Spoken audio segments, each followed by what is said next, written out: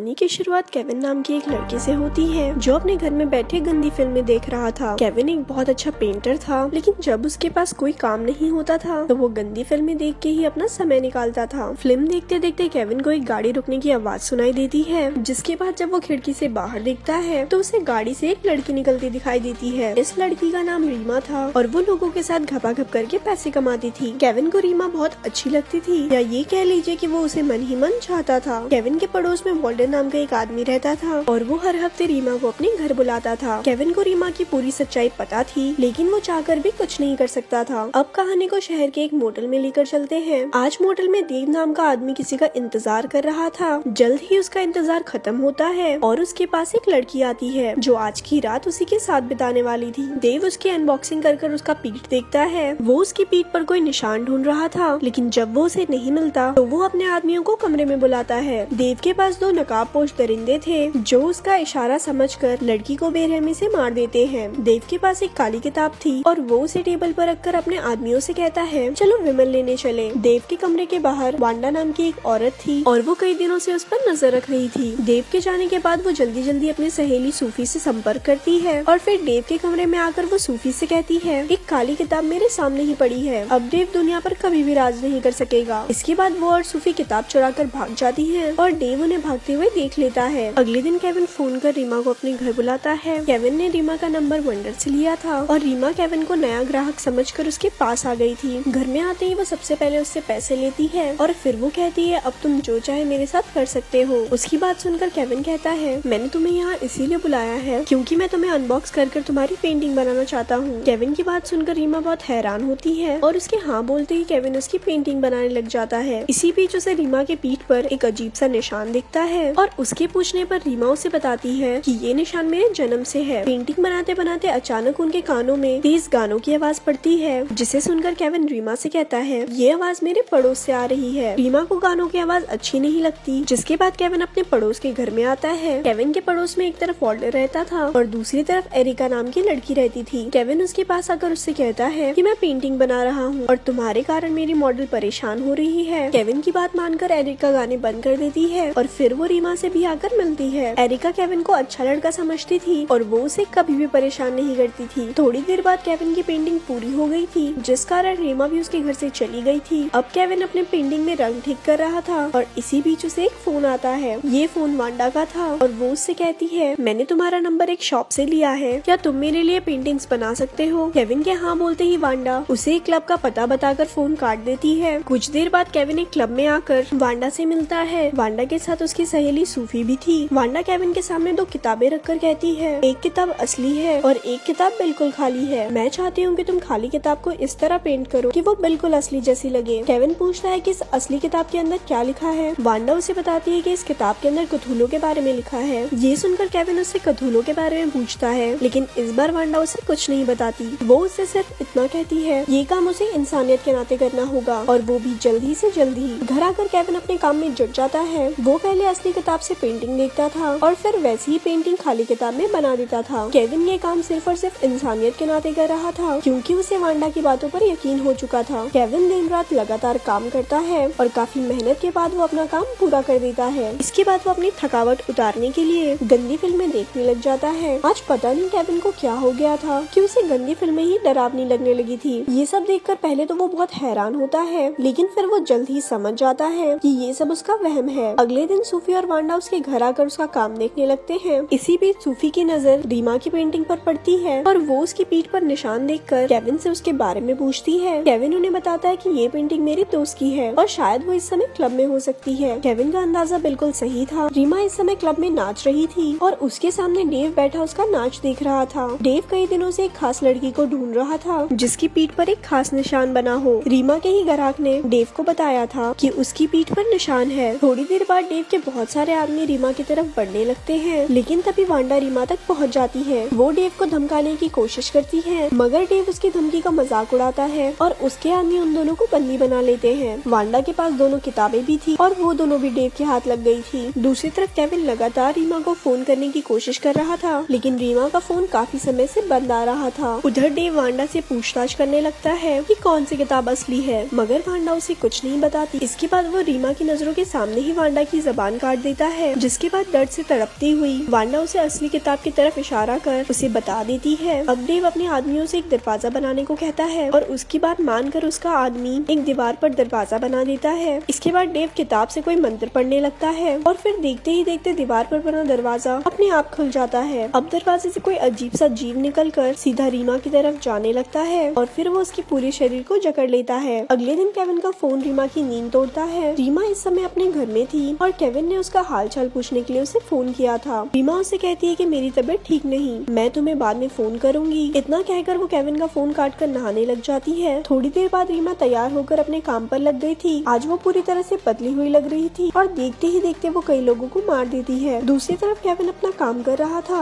मगर आज भी एरिका के तेज गानों के कारण उसे काम करने में परेशानी हो रही थी। वो एरिका के पास जाकर उसे आवाज धीमी करने को कहता है। केविन को उदास देखकर एरिका उसे उदासी का कारण पूछती है, जिसके बाद केविन उसे बताता है कि मैं रीमा से प्यार करता हूँ, लेकिन वो मेरी तरफ जरा सा भी ध्यान नहीं देती। उधर वांडा का इंतजार करते करते सोफी समझ गई थी कि उसकी जान खतरे में है, जबकि दूसरी तरफ डेव रीमा के सामने खड़ा था। रीमा की हालत लगातार बिगड़ रही थी और वो डेव से सब कुछ जानना चाहती थी। अब डेव उसे सब कुछ सच बताता है, जो कुछ इस तरह से है। पुथोलो दूसरी दुनिया का शैतानी जीव था और उसे धरती पर लाने का तरीका काली किताब में लिखा था। पुथोलो सिर्फ उसी लड़की के शरीर पर काबू पा सकता था जो लड़की लोगों के साथ पलंग तोड़ती हो और जिसकी पीठ पर एक खास निशान बना हो। पुथोलो पहले धीरे धीरे लड़की को पूरा बदल देता था और फिर वही लड़की उसके बच्चे को जन्म देती थी, ताकि कथूलो जैसे जीवों की संख्या ज्यादा से ज्यादा हो सके। देव कथूलो को मानता था और वो चाहता था कि पूरी दुनिया पर कथूलो का राज हो। वांडा और सूफी प्राचीन किताबों की स्टडी करती थी। उन्हें जब कथूलो के बारे में पता चलता है तो वो उसे लूटने का फैसला करती है। देव के मुंह से सारी सच्चाई जानकर रीमा की रूह कांप गई थी। उधर सूफी शहर के पुराने थिएटर तक पहुंच गई थी, जो अब डेव का अड्डा बना हुआ था। वो जल्दी जल्दी अंदर आकर दोनों किताबें चुरा कर वहाँ से भाग जाती है। उधर अभी भी एरिका केविन की उदासी दूर करने की कोशिश कर रही थी।